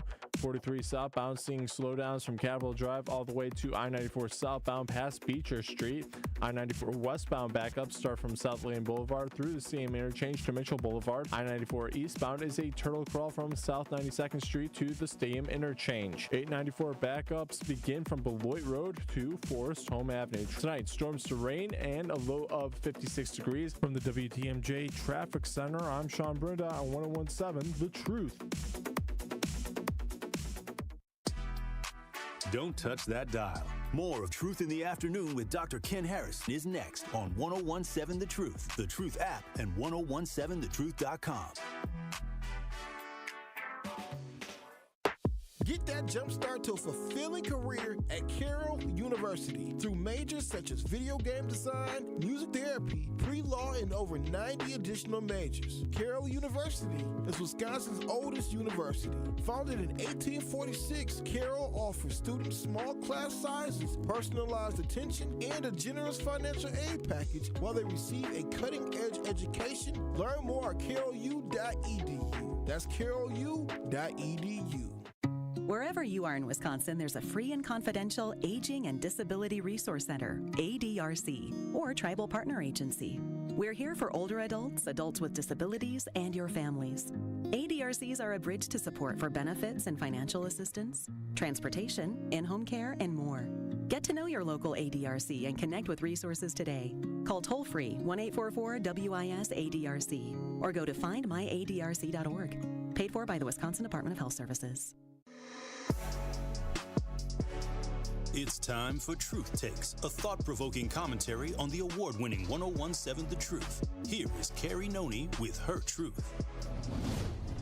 You know, sometimes the mundane isn't a burden, it's the beauty of living. I came to this conclusion after recently watching the movie Subservience on Netflix. It's a crazy film, y'all. I would suggest you check it out. But it's a story that explores our relationship with technology and how it's programmed to take our burdens away. This movie really got me thinking about how much we're wired to avoid struggle. We create tools and shortcuts to make life easier, whether it's robots, apps, or even outsourcing everyday tasks. But in the process, we risk forgetting the value of the little things we go through every day. Sure, folding laundry or grocery shopping might feel like chores. I literally dread cleaning up. But isn't there something grounding about them? Something that reminds us we're human. Life isn't just about the highlights or the easy parts. It's about the messy, repetitive, and sometimes inconvenient stuff too. Think about it. Who would you be if you didn't have to face the small frustrations that test your patience, or the routines that push you to show up for yourself or the people around you? The mundane moments, the ones we rush to escape, are often the ones that shape us. If life was nothing but convenience, where's the growth? Where's the grit that teaches us resilience? And most importantly, where's the appreciation for the moments that do take our breath away? So maybe the next time you find yourself annoyed by the daily grind and are on the brink of crashing out, you pause, you breathe, and remind yourself that the beauty of life isn't just in the big moments, but in every little thing that makes them possible. This has been Truth Takes on the award-winning 1017 The Truth. Listen to Jammin' with Juice with Ben Jammin and Carrie Noni weekdays from 7 a.m. to 9 a.m. This Associated Bank Sports Update on 1017 The Truth is powered by ESPN Milwaukee. I'm Brandon Snide. Make it 8 straight wins for your Milwaukee Brewers. A 3-2 win over the Reds in Cincinnati in Game 1 of their 3-game series. 3-2 to Yelly. Breaking ball hammered deep into center field. Friedel's going back, turning at the warning track, watching it sail at the wall. It's way out of here. Man, Christian Yelich just keeps on doing it. That was a bomb of epic proportions off the batter's eye in center field in Cincinnati.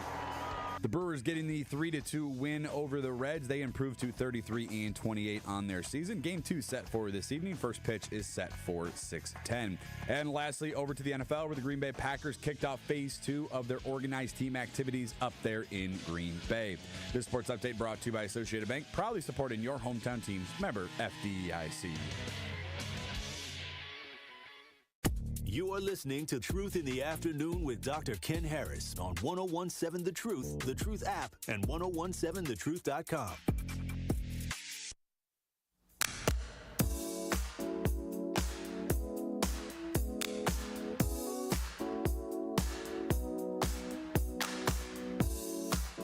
You're listening to Truth in the Afternoon. I'm your host, Dr. Ken Harris for Pella Windows and Doors of Wisconsin. You know, time to upgrade your windows and your doors, but don't want to spend a fortune. Well, Pella, the best in the industry, has a product line for every single budget. Right now, you can get no interest and no payments for up to 2 years.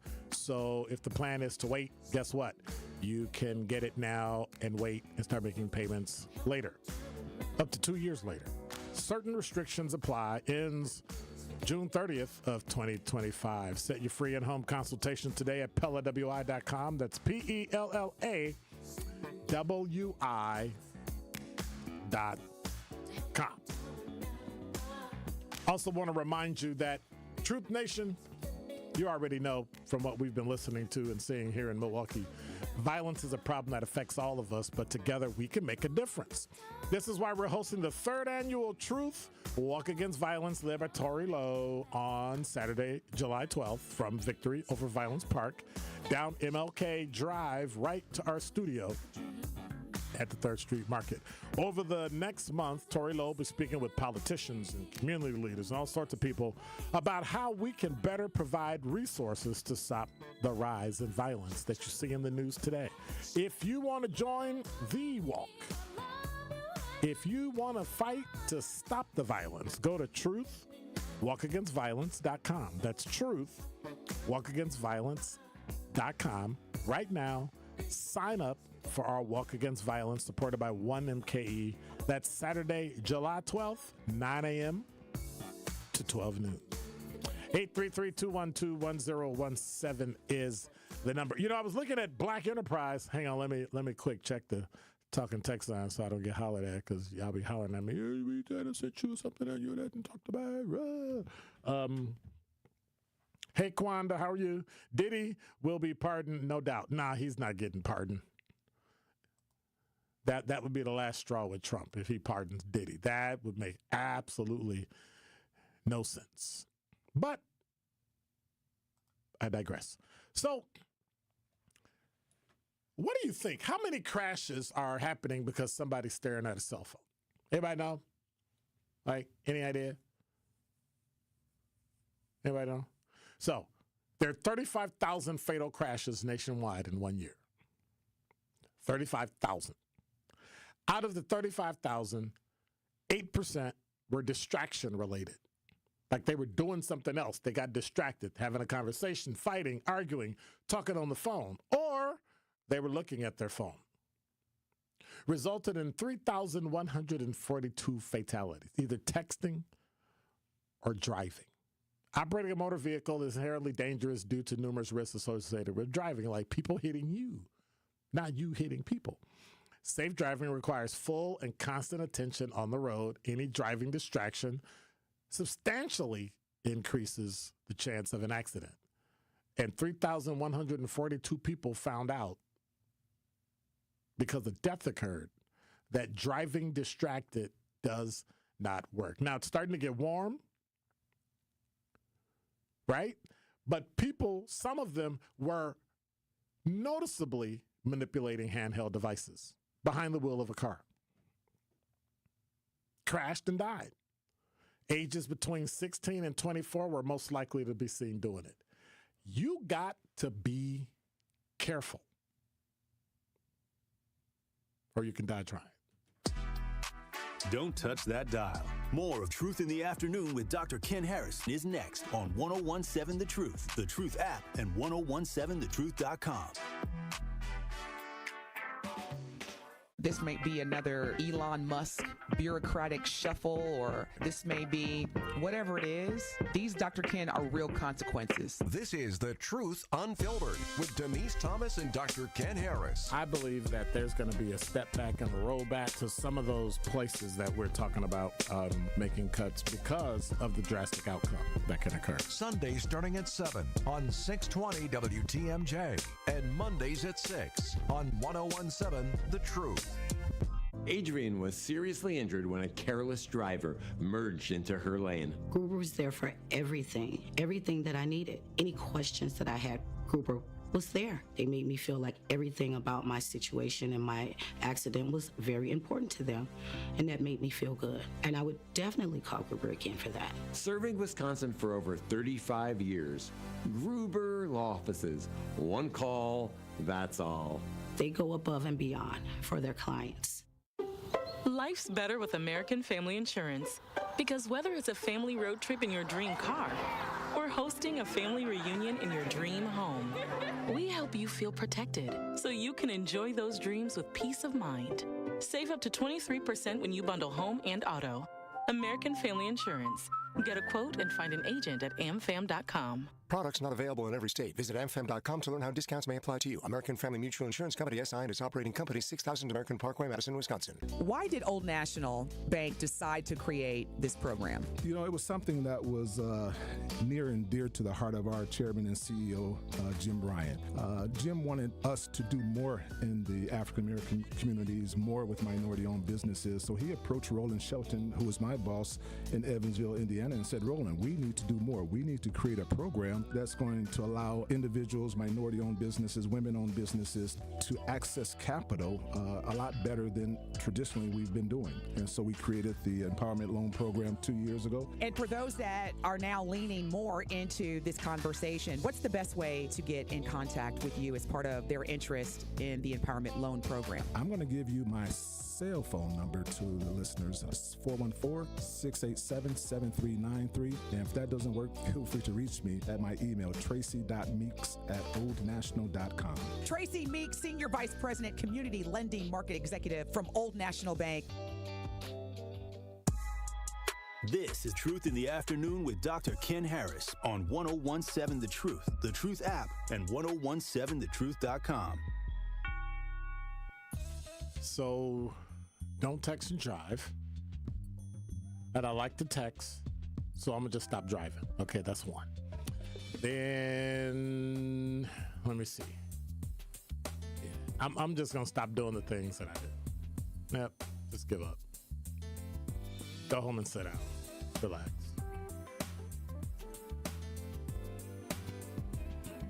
Reading a text message takes 5 seconds. You're driving at 55 miles an hour. You can travel the length of a football field before you recognize your surroundings. Yep, I'm not even walking. You're listening to Truth in the Afternoon. I'm your host, Dr. Ken Harris. Tori Lowe's show is coming up next. You can hang out with us and be with us over the next 22 hours, starting at 7 a.m. for the best in Milwaukee Black Talk. I'm Dr. Ken Harris. I want to say thank you to Glenn. Appreciate you. Have a great night, Al and Mao and Kawanda and Reggio. And let me see, who else is up on here? Gotta go back. All right, Curly Q, what's going on?